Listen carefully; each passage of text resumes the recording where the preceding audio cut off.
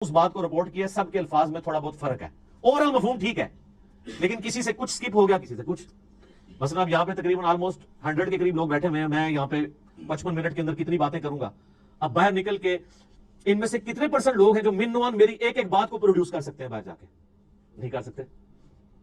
کچھ کو کچھ حصہ یاد ہوگا، کچھ کو کچھ اس طریقے سے. اوورال سب کو جمع کریں گے تو آلموسٹ آپ کامیاب ہو جائیں گے اس پوری مجلس کو. یہ ویڈیو ریکارڈ تو زمانے میں نہیں تھا، اسی تو ویڈیوز بنائی جاتی ہیں تاکہ کوئی چیز اسکپ نہ ہو.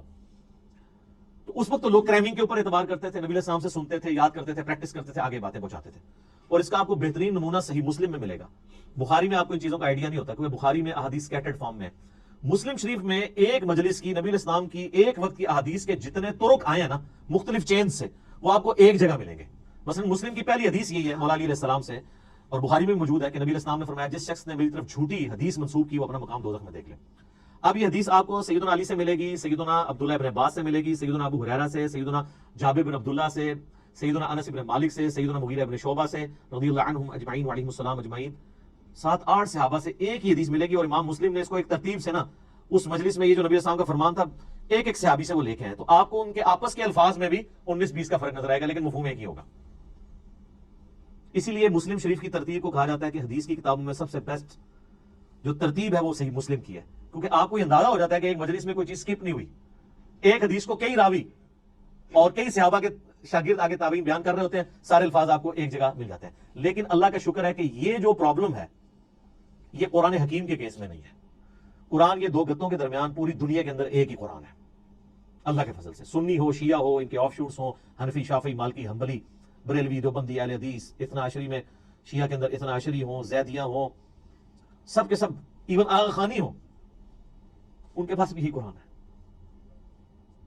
تو اس حوالے سے قرآن حکیم کو یہ یعنی اعزاز حاصل ہے، بلکہ اس امت کا اعزاز ہے کہ ان کے پاس وہ کتاب ہے جو بالکل اسی طریقے سے محفوظ ہے. اور آج تو بڑا آسان طریقہ ہے، ہمارے پاس وہ نسخے موجود ہیں جو سیدنا عثمان نے لکھوائے تھے اس زمانے میں. من وہ نسخے موجود ہیں. اور آج بڑا آسان طریقہ ہے، کاربن ڈیٹنگ اسے کہتے ہیں، جس سے آپ کسی بھی چیز کی لائف فائنڈ کر سکتے ہیں یہ کتنی پرانی ہے. آپ کو پتہ ہے پچھلے دنوں برمنگم کے میوزیم کے اندر ایک قرآن کا نسخہ ملا تھا. اس میں سورہ طٰہٰ کی اور بعض اور آیات یعنی کچھ ان کو صفحات ملے تھے، بھیڑ کی اس کے اوپر کھال کے اوپر لکھے ہوئے، کچھ ہڈیوں کے شانے پہ جس طرح اس زمانے میں لکھے. تو اس کی کاربن ڈیٹنگ انہوں نے کروائی ہے، اور وہ بی بی سی کی رپورٹ ہے، کسی مسلمان نے نہیں بنائی ہے. غیر مسلم ہے، اس میوزیم کا انچارج جو ہے وہ غیر مسلم ہے. اور ان کی ویڈیو چڑھی، آپ یوٹیوب پہ جا کے لکھیں اولڈسٹ ورژن آف قرآن. وہ تو ورژن کہتے ہیں، ورژن تو ہے ہی نہیں، قرآن تو ایک ہی ہے. تو وہ آپ کو مل جائے گا، اس کی کاربن ڈیٹنگ کرائی ہے، وہ سیدنا عثمان کے زمانے کا قرآن ہے اور کوئی فرق نہیں ہے الحمدللہ. اور اللہ نے ایسی فضل دی ہے، قرآن حکیم کا ایک نسخہ جو حضرت عثمان تلاوت کر رہے تھے اور اس نسخے کے اوپر ان کے خون کے قطرے گرے تھے جب ان کو شہید کیا گیا. اور وہ بھی کمال آیات ہے سورہ البقرہ کی، فَسَيَكْفِيكَهُمُ اللَّهُ، ان کے مقابلے پر اللہ تجھے کافی ہے. ان آیات کے اوپر سیدنا عثمان کا خون گرا تھا. وہ آج بھی خون کا دھبا اور وہ نسخہ محفوظ ہے توپ کاپی میوزیم ٹرکی کے اندر. ایک اسی طرح کا نسخہ جو عثمان نے لکھوایا تھا وہ رشیا کے میوزیم میں ہے. تو سیم وہی قرآن ہے جو ہمارے پاس ہے، جو تاج کمپنی چھاپ رہی ہے یا ضیاء القرآن پبلیکیشن والے چھاپ رہے ہیں یا انٹرنیشنل لیول کے اوپر وہ جو کاتب ہے عثمان طٰہٰ دمشق کا بلکہ علماء سے معذرت کے ساتھ یہ لفظ دمشق ہے. یہ یعنی بلو بائنڈنگ میں چھپتا ہے سعودیہ سے، اور یہی ریڈ بائنڈنگ میں ایران سے چھپتا ہے. بالکل اندر ایک طرح کا قرآن ہے، اور ہر صفحے پہ آیت ختم ہو رہی ہے. کاتب نے اتنے مہارت سے اس کو لکھا ہے کہ ہر صفحے کے اینڈ آیت کے اوپر ہوتا ہے. یہ وہی قرآن ہے. کاربن ڈیٹنگ سے بھی آپ چیک کر سکتے ہیں کہ باللفظ قرآن حکیم محفوظ ہے. اور پھر اللہ نے اس کو ذریعہ محفوظ کا ہونے کا جو ہے وہ حفاظ کو بنایا ہے. آپ نے کبھی قرآن حکیم کے اینڈ پہ دیکھا ہے اس کی تصدیق کون کرتا ہے؟ 3-4 حفاظ کا لکھا ہوتا ہے ہم نے اس قرآن کو لفظ بلفظ پڑھا ہے، اس میں کوئی غلطی نہیں ہے. تو حافظ کہاں سے پڑھ رہے ہوتے ہیں؟ اپنے یتاج سے. قرآن اللہ تعالیٰ نے عملی تواتر سے حفاظ کے ذریعے محفوظ کیا ہے. اس وقت دنیا میں لاکھوں میں نہیں ملینز میں لوگ موجود ہیں جن کو یہ کتاب ازبر ہے. کتنا بڑا معجزہ ہے. آپ انڈونیشیا کا مسلمان اٹھائیں، افریقہ کا مسلمان اٹھائیں، رشیا کا مسلمان اٹھائیں، سب کانٹیننٹ کا مسلمان اٹھائیں، کہیں سے شروع کریں، آدھی آیت پڑھے اس سے اگلی وہ دوسرا پڑھے گا، ہو ہی نہیں سکتا کوئی اختلاف آ جائے. اور اتنا یہ محکم سسٹم ہے کہ غلطی کر ہی نہیں سکتا. امام کعبہ بھی اگر اپنی تلاوت میں بھولتا ہے نا تو پیچھے سینکڑوں لوگ لقمہ دے دیتے ہیں. اور سر یہ بھی دیکھیں قرآن کا اس وقت کسی کا احترام نہیں ہوتا کہ آگے کون کھڑا ہوا ہے. قرآن میں اگر کوئی ذرا سی ڈنڈی مار نماز کے اندر لقمہ مل جاتا ہے. یہ قرآن کی اتنی بڑی حفاظت ہے. تو صرف یہ لکھے ہوئے کے اوپر اعتماد نہیں ہے، لکھنا تو ظاہر امپورٹنٹ ہے کیونکہ الذی علم بالقلم، اللہ نے قلم کے ذریعے قرآن سکھایا، علم سکھایا، اور وہ قرآن بھی نبی اسلام نے اس طریقے سے ٹرانسفر، لیکن یہ زبانی بھی مسلمانوں نے اسے یاد کیا اور ریٹن فارم میں یہ نسخے موجود ہیں۔ جب کبھی بھی کوئی ایشو آتا ہے، اب تو خیر آتا ہی نہیں ہے، اتنے اسٹیبلش ہو چکے ہیں، اب تو سافٹ ویئرز بن چکے ہیں، پی ڈی ایفs موجود ہیں، اب تو کوئی کبھی آپ نے دنیا میں سنا کوئی ایشو آیا کہ اس لفظ تھلے زیر ہے یا زبر ہے؟ کبھی؟ سر یہ کئی کافر جو مسلمان ہوئے ہیں نا، ان کے لیے سب سے بڑی اٹریکشن یہ ہے کہ قرآن کا ورژن ہی کوئی نہیں، ایک ہی قرآن ہے۔ یہ جو امریکن تھے وہ پروٹیسٹنٹ کرسچن یوسف ایسٹس 80s میں مسلمان ہوئے، آپ ذرا ان کی ویڈیو دیکھیں جس میں انہوں نے بتایا کہ میں مسلمان کیسے ہوا ہوں۔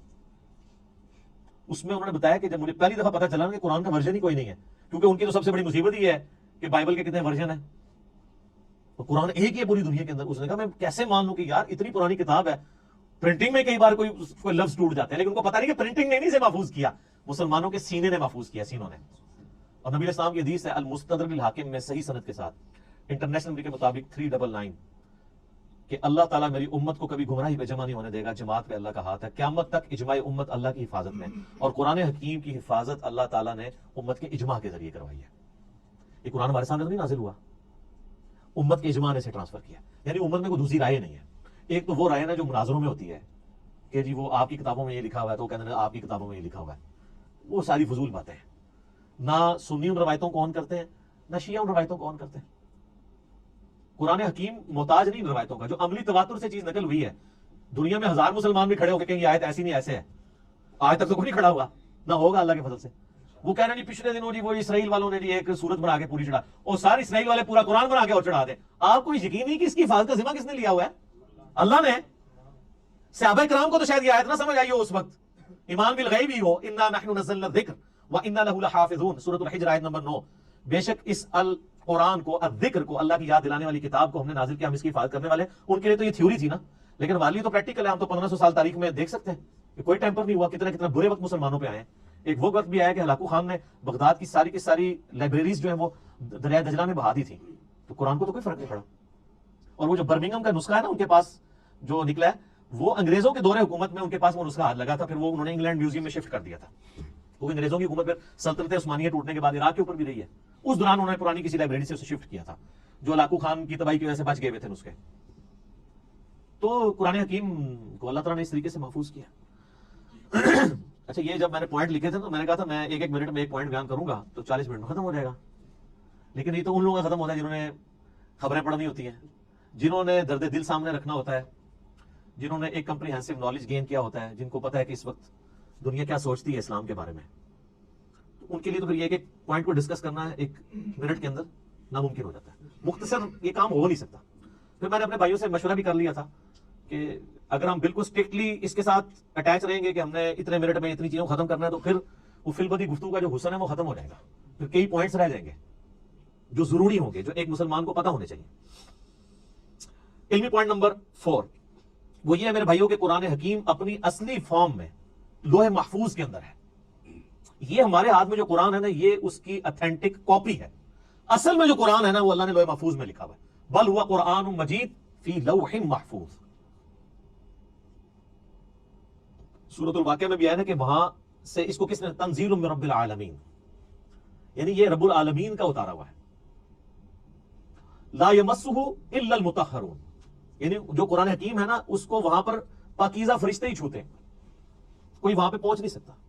اللہ نے اسے اتارا ہے، یہ جنات کے اثر سے نہیں ہے، شیاطین کے اثر سے نہیں ہے، کیونکہ کافروں کا اعتراض تھا نا کہ جی نبی اسلام، اور بعض میں مخلص بھی تھے کہ یار اچانک زندگی کے 40ویں سال میں آپ غار میں جا کے غار حرا میں بیٹھے ہیں، ہو سکتا ہے کسی آسیب کا سایہ ہو گیا ہو تو اس کی وجہ سے آپ یہ کلام کر رہے ہیں، تو وہ تو پھر آپ کو پتا ہے آسیب کے سائے والوں کی حالت یہ تو نہیں ہوتی، ان کی تو حالت ہی کچھ اور ہوتی ہے۔